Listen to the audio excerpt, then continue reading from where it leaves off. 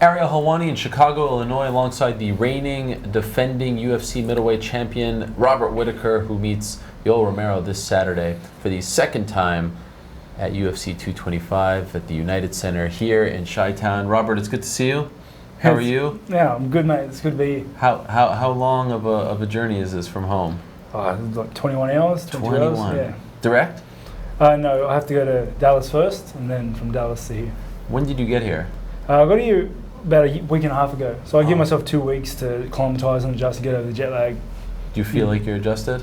Yeah, definitely. The first week was a nightmare, but we got there. So now you're totally good, no problem? Yeah, no, I'm great now. I'm sleeping until about midday. Great. And I noticed on Embedded you came with your wife and your youngest child. Yes. But you left the other two at home? Yeah. Why is that? The two boys are both under 3 and they are terrors. Okay. I cannot imagine bringing them on a flight that long and then being stocked them in a room with just me to hang out with, especially with the way I am now, trying to cut weight and focus on other stuff. No way.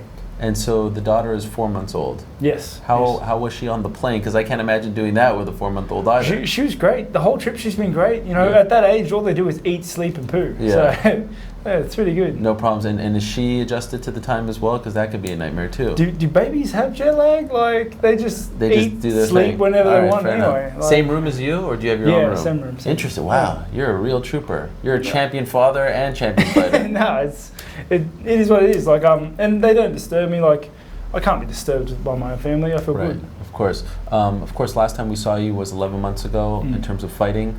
Do you feel like you'll be rusty at all since it's been almost a year? Not at all. If you look at my previous fights, they've been at like 10 months, 8 months. Like I have no problem with long break periods. And during that time, I've only been getting better. The skill sets have been getting better. So I'm looking forward to getting in there. Do you feel like all the issues that you had earlier this year, they're all out of your system? Yeah, I feel absolutely 100% ready to go. Really? Okay. And this is the best I've felt fight week for a long time. So I'm really looking forward to see how things go on Saturday. Why do you think that is the best you felt? The whole thing with my career and my journey is just about getting things better, little bit by little bit.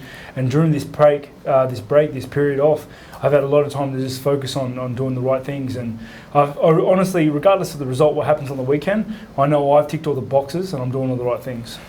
Because Perth was such a big deal for you and you were disappointed with not fighting, I know, did you feel pressured to just get to fight week so that, things wouldn't go the same way that they did back in February?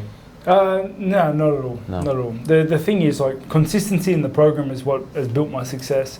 So I just focus on what I'm doing. If you get sick, you're going to get sick. Like, you can't control that. As long as you do all the right things leading up to it, that's it. How do you feel about fighting the same guy in back-to-back fights? That's a very rare thing. It's not rare to fight a guy twice, but back-to-back fights. What is that like for you? At first, it was a little bit annoying because that first fight was hard. Yeah. and I had to think to myself, like, now I've got to do it again. But it's good. I think it builds a little bit more hype, especially after Yoel's last fight. And I'm going in there with confidence behind me, so I'm looking forward to it. You went from potentially fighting Michael Bisping, George St. Pierre, Luke Rockhold, and now Yoel Romero. One could make the case that of those names, he's maybe the least known fighter in terms of like the carrot being dangled and the big paydays and things like that. Was that something that you had to get over with, mentally? Not at all. No. I've never paid attention to that sort of stuff. I'm in the fight game to fight, and I look forward to fighting all the number one contenders. My ultimate objective is to build a legacy of being the best fighter there ever was. So there's only one way of doing that. First time you go into a fight as champion, does that feel different? Not at all, because I don't look much into the title champion, to be honest. What do you mean? It doesn't mean anything to me. It doesn't bother me. Like, with or without the title, I am who I am, and I'm going into this fight the same essence, the same feel as I have for every other fight. Do you think it will be different once you defend the title? Not at all. No. I don't bank on the results. Okay. I bank on the process. All right. It's a journey thing. And the process is the same whether you're champion or not. Exactly. That's why there's no ups and downs. It's just consistency.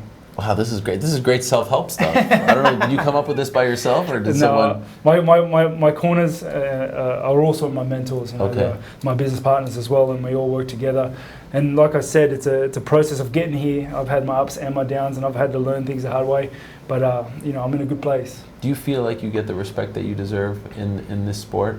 Yeah, definitely. You feel that way? I do now. Like, Yeah. I think I was a little bit underestimated earlier on in my career, but that can only be expected. You know, I think that's just the nature of the beast, especially with sports in general. Is that the new guy coming up has got to prove himself, and once he does, he does. Does Yoel Romero, in your opinion, have a cardio problem? Do you bank on the fact that he's gonna fade like he did in your first fight? I think everyone fades. I just think Yoel Romero, it looks more obvious because of how explosive he is.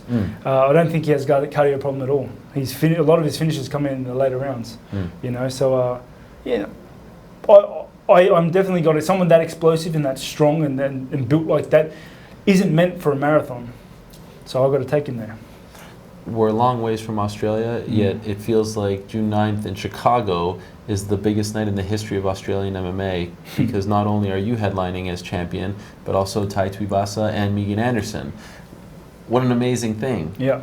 Is this an honor for you to kind of be leading the pack in this this Australian MMA revolution, so to speak? Yeah, definitely. To know that there's other Aussies on the card, especially those guys. I really like those guys and I get along with them. It's great. It just brings a little bit more comfort to know that we're all fighting together and that there's other people of the same stock here.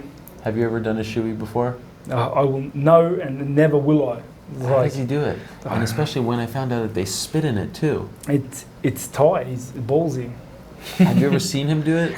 I've seen people do shoeys. Like it's not. Have you ever contributed to the spitting? No. It's just wrong, right? I've stayed away from the whole shoe thing. Okay, that's the thing. You have friends who do this? Yeah, like you know, I played football thinking? growing up.